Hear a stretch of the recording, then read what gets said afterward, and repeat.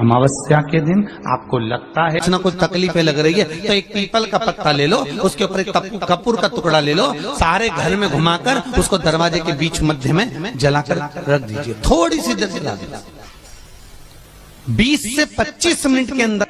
स्वयं गुरु बाबा कहते हैं, राम सुनो, यदि कोई आरती में पूजन में घर में एक कपूर का टुकड़ा आरती के बाद में जब समर्पित करेगा तो उसको अश्वमेध यज्ञ का पुण्य प्राप्त हो जाएगा।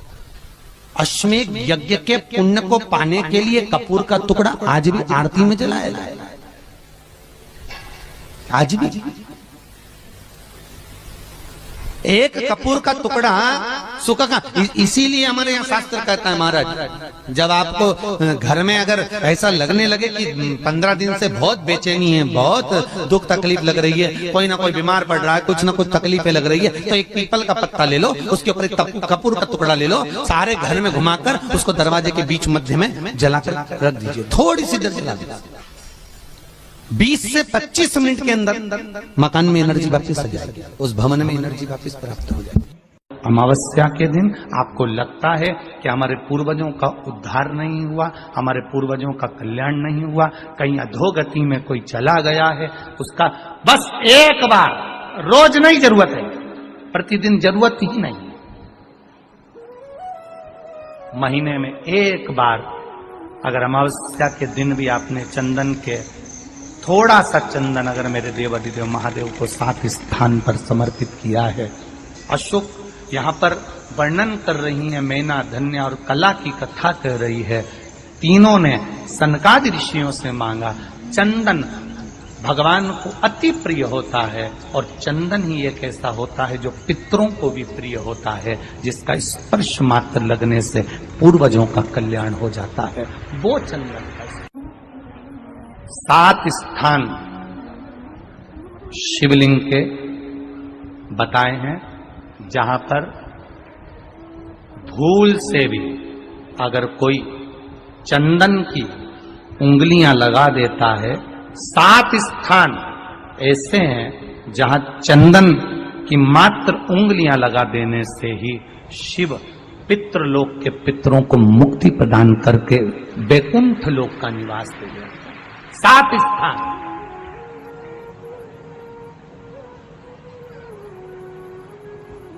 और वो 7 स्थान जो चंदन के बताए गए, पहला भगवान देवाधिदेव महादेव के शिवलिंग पर चंदन का लेपन। समझ लेना जरा बहुत अच्छे से। आपको लगता है स्वप्न में कोई मुर्दे दिख रहे हैं, या कोई जल रहा है, या कोई मर रहा है, या कोई चला गया है, ऐसा भय लगता है। बच्चों को मानी भेजूंगी ऐसा हो जाएगा, पति को मानी भेजूंगी ऐसा हो जाएगा, कोई हमारे कोई गलत तो नहीं कर रहा है, आपको लगता है। 7 स्थान चंदन के बताएं महाराज। पहला शिवलिंग, दूसरा जहां गणेश जी का स्थान है, मालूम है ना सबको, जम के बोलो जरा, मालूम है ना सबको, जहां गणेश जी का स्थान है वहां अलग से गणेश जी बैठे, वहां नहीं। शिवलिंग में जलाधारी के ठीक सामने राइट में गणेश, लेफ्ट में कार्तिकेय, बीच में अशोक सुंदरी। तो पहला चंदन बाबा के शिवलिंग पर, दूसरा गणेश जी पर चंदन की उंगली, तीसरा षडानंद कार्तिकेय पर चंदन की उंगली, चौथा अशोक सुंदरी पर चंदन की उंगली, पांचवा जलाधारी पर चंदन की उंगली, छठा जो शिवलिंग का जल बह रहा है इसके ठीक विपरीत की ओर चंदन की उंगली, और 7वां चंदन नंदी के मस्तक के ऊपर जो 2 सींग लगे रहते हैं उस पर चंदन की उंगली। ये कब लगाई जाती है? या तो अमावस्या के दिन आपको लगता है कि हमारे पूर्वजों का उद्धार नहीं हुआ, हमारे पूर्वजों का कल्याण नहीं हुआ, कहीं अधोगति में कोई चला गया है, उसका बस एक बार, रोज नहीं जरूरत है, प्रतिदिन जरूरत ही नहीं,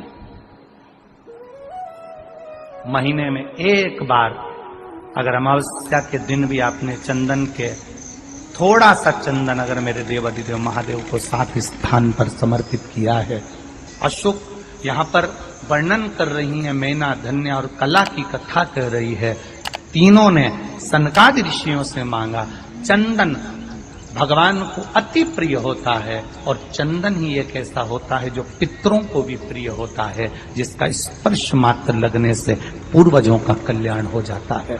वो चंदन का आपके घर में पितृदोष है, आपको ऐसा महसूस होता है,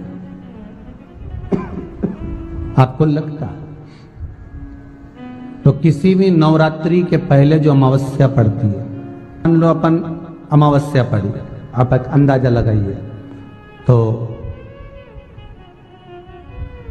जिस दिन अमावस्या रहे उस दिन चावल की कटोरी में एक कपूर का टुकड़ा रख दीजिए महाराज, छोटा सा, और कपूर का टुकड़ा रखकर उस कपूर को दरवाजे के बाहर कटोरी में ही, चावल रखी हुई कटोरी में ही उसको पितरों का स्मरण कर कर जला दीजिए। और जलाने के बाद उस चावल को कहीं भी किसी भी वृक्ष की छांव में पक्षियों के लिए डाल दीजिए। शिव महापुराण की कथा कहती है, अगर मान लो पितृ आपको कष्ट दे रहे हैं, पितृ आपको तकलीफ दे रहे हैं, कोई काम नहीं होने दे रहे हैं, या कहीं आपको ऐसा लगता है कि पितरों का दोष है, तो वो पितृदोष देवी, अब ये जो आप करेंगे ये कब कर रहे हैं? अमावस्या के दिन आप उसको रख रहे हैं। अमावस्या के दिन उसको रखकर रात भर आपने रखा कपूर के साथ में, सुबह एकम पड़ गई, नवरात्रि लग गई, उसी दिन उसको जलाकर आपने पटक दिया। अर्थात उससे देवी और पितृ इन दोनों का आशीर्वाद जो प्राप्त होता है, तो घर में से पितृदोष समाप्त होकर लक्ष्मी की वृद्धि प्रारंभ हो जाती है, कार्य में सिद्धता आ जाती है। मान लो अगर पितृदोष है तो करो, नहीं है बड़ी अलमस्ती से रहो, तो ये पितृदोष का स्मरण। तो यहाँ शास्त्र कह रहा है कि पितरों का जो लोक होता है, पितर जो लोक होता है, उस पितृलोक में 64 योगिनियां प्रवेश नहीं करती। शिव महापुराण कर रही है, शंकर की कथा कर रही है।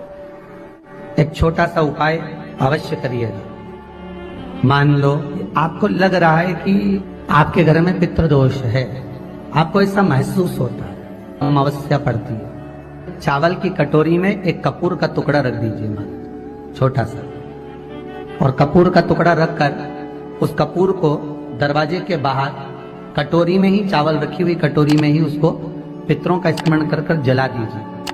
और जलाने के बाद उस चावल को कहीं भी किसी भी वृक्ष की छांव में पक्षियों के लिए डाल दीजिए। शिव महापुराण की कथा कहती है, अगर मान लो पितृ आपको कष्ट दे रहे हैं, पितृ आपको तकलीफ दे रहे हैं, कोई काम नहीं होने दे रहे हैं, या कहीं आपको ऐसा लगता है कि पितरों का दोष है, तो वो पितृदोष देवी, अब ये जो आप करेंगे ये कब कर रहे हैं? अमावस्या के दिन आप उसको रख रहे हैं।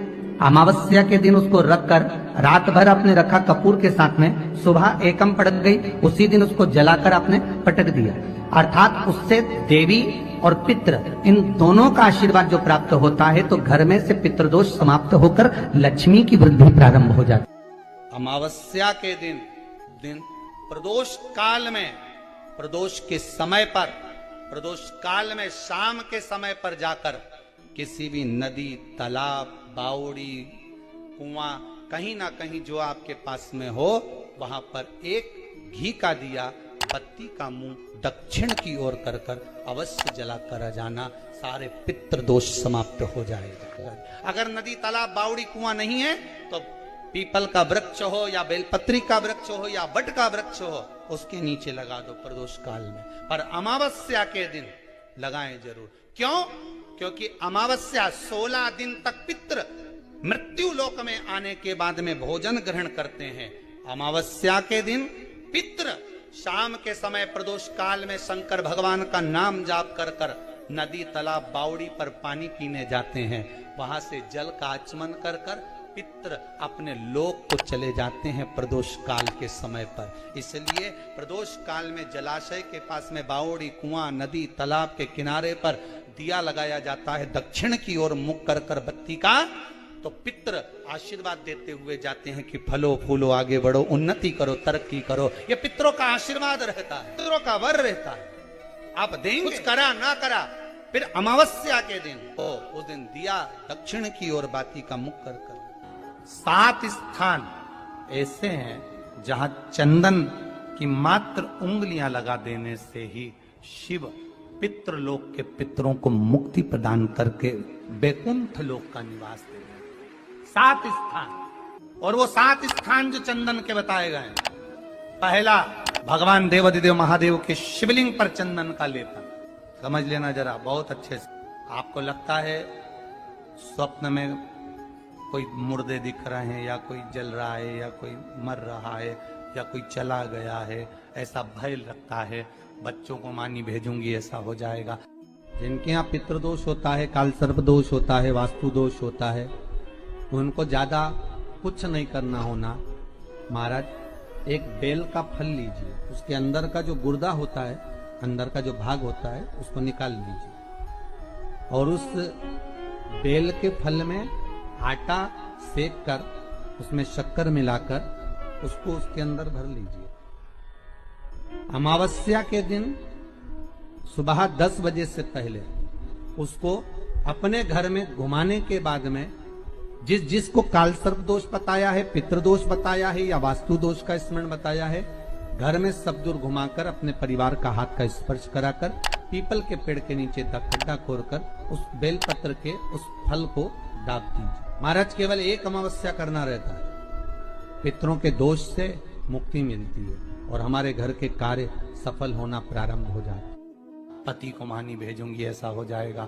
कोई हमारे कोई गलत तो नहीं कर रहा है। आपको लगता है 7 स्थान चंदन के बताएं, बाबा के शिवलिंग पर, दूसरा गणेश जी पर चंदन की उंगली, तीसरा षडानंद कार्तिकेय पर चंदन की उंगली, चौथा अशोक सुंदरी पर चंदन की उंगली, 5वां जलाधारी पर चंदन की उंगली, छठा जो शिवलिंग का जल बह रहा है इसके ठीक विपरीत की ओर चंदन की उंगली, और 7वां चंदन नंदी के मस्तक के ऊपर जो 2 सींग लगे रहते हैं उस पर चंदन की उंगली।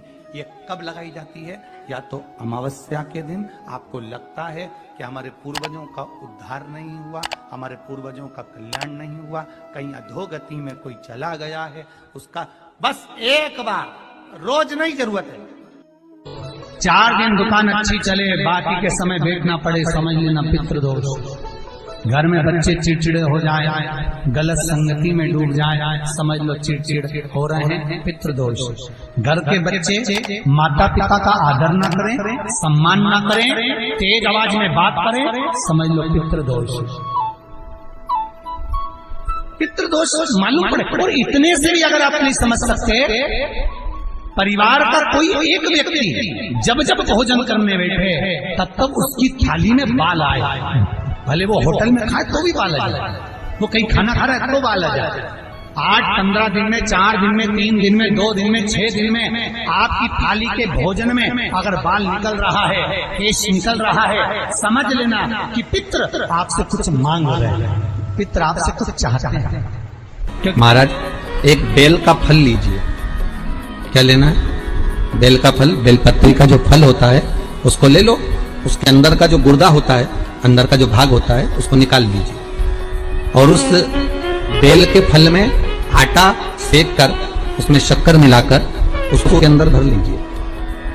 अमावस्या के दिन सुबह 10 बजे से पहले उस बेल फल में जिसमें तुमने पंजेरी भरी है, आटा सेक कर भरा है शक्कर के साथ में, उसको अपने घर में घुमाने के बाद में जिसको काल सर्प दोष बताया है, पितृदोष बताया है, या वास्तु दोष का स्मरण बताया है, घर में सब दूर घुमाकर अपने परिवार का हाथ का स्पर्श कराकर पीपल के पेड़ के नीचे तक खड्डा खोदकर उस बेलपत्र के उस फल को दाब दीजिए। महाराज केवल एक अमावस्या करना रहता है, पितरों के दोष से मुक्ति मिलती है और हमारे घर के कार्य सफल होना प्रारंभ हो जाते हैं। कार्य की सफलता होती है, कार्य में सफलता प्राप्त होने लगती है।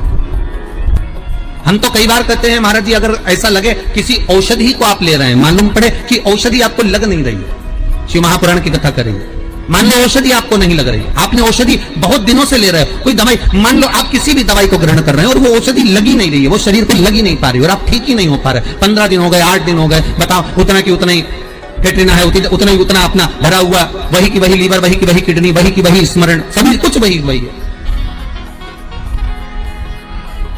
उतना की उतना ही। बीपी भी ऊंचा नीचा चल रहा है पर लेवल में नहीं आ रहा, शुगर भी लेवल में नहीं आ रही, तो प्रयास करा करो महाराज, बेलपत्री के फल का जो गुर्दा है अंदर का जो भाग है फल का, उसको पानी में गला लीजिए और प्रदोष कम से कम प्रदोष नहीं हो और बीमारी जरा दवाई लगी नहीं रही हो तो बिना प्रदोष के भी कर सकते हो। उसको पानी में गलाइए आधा घंटा पानी में। जैसे आपको सुबह मंदिर जाना है 10 बजे, तो सुबह स्नान कर कम से कम 6:30-7 बजे उसको पानी में गला दीजिए और उस बेले के फल का गुर्दा से गला हुआ पानी शिव जी को ले जाकर समर्पित कर दीजिए। महाराज उस पानी में से थोड़ा सा 1 चम्मच पानी शिव जी पे चढ़ा हुआ लेकर आ जाइए। उस पानी को जो बीमार व्यक्ति है उसको औषधि देने से पहले मात्र आधी चम्मच से भी आधा चम्मच उसको दे दीजिए। भगवान शंकर का श्री शिवाय नमस्तुभ्यम का जाप कर उस पानी को देने के बाद अगर आप औषधि देंगे तो ये पक्का है कि औषधि अपना कार्य करना प्रारंभ